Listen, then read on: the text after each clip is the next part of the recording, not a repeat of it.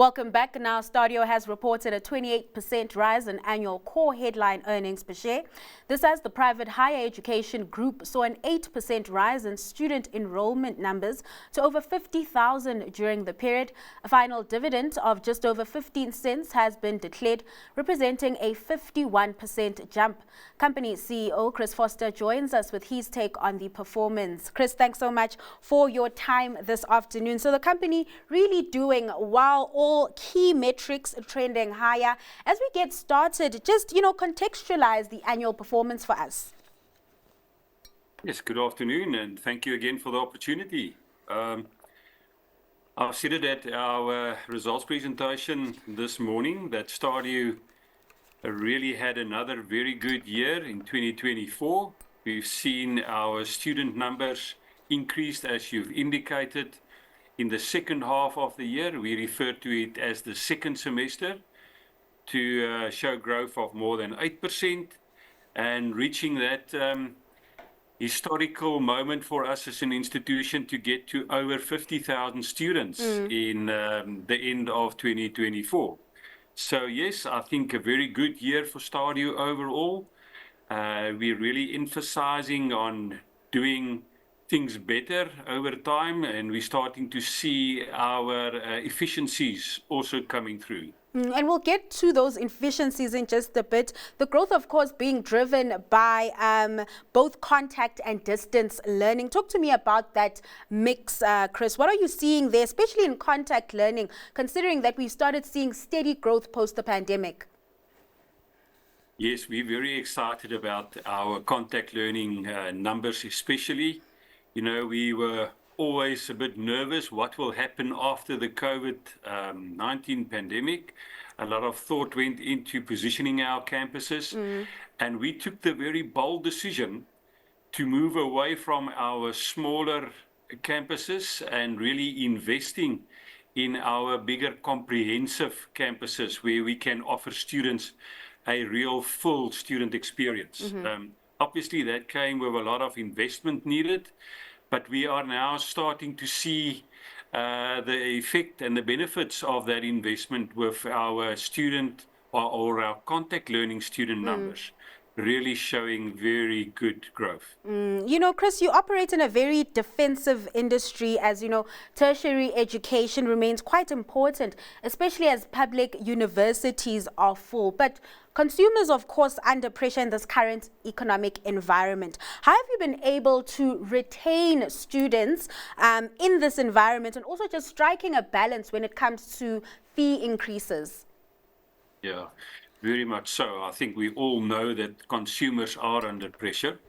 Our strategy is very clear, really focus on ensuring good academic quality, ensuring that our graduates are sought after in the workplace, and that our qualifications are relevant. I think if you can tick those boxes with being affordable, it is still possible to show growth in these tough economic times. And walk me through your collections process. I see that bad debts recovered improved to 12.5 million rands during the period. Yeah.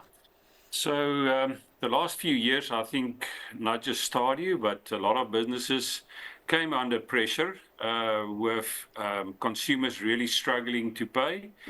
But what we've seen in our business is students coming under pressure, but they still have the intention to pay, although it takes them longer.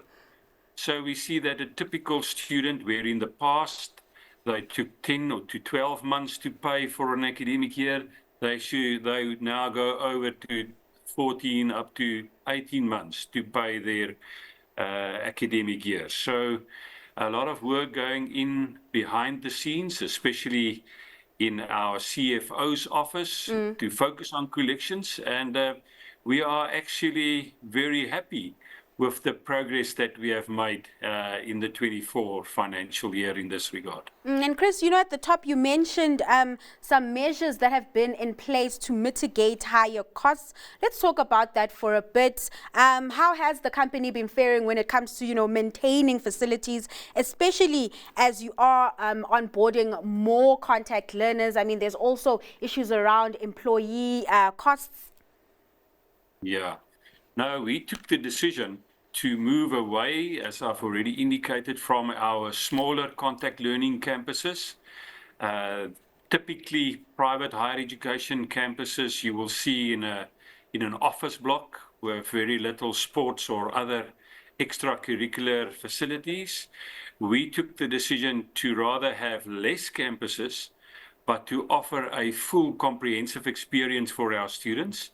And with these scalability, one can then also manage your cost better on these bigger contact learning campuses. And you talk about, you know, campuses, those campuses, and you are in the process of developing the campus in Durbanville. Just walk us through how far the group is with that campus in particular.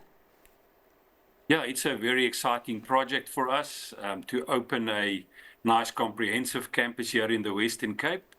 The construction started last year in October, and we are all well on track to open our doors for a first intake in January 2026. So it's all systems go this side, and we are comfortable that we would open that campus in January 26. A full comprehensive offering will be offered there with 7 faculties and more than 21 qualifications come January 26. Chris, thanks so much for your time and taking us through the year that was for Stadio. That was Stadio CEO Chris Vorster.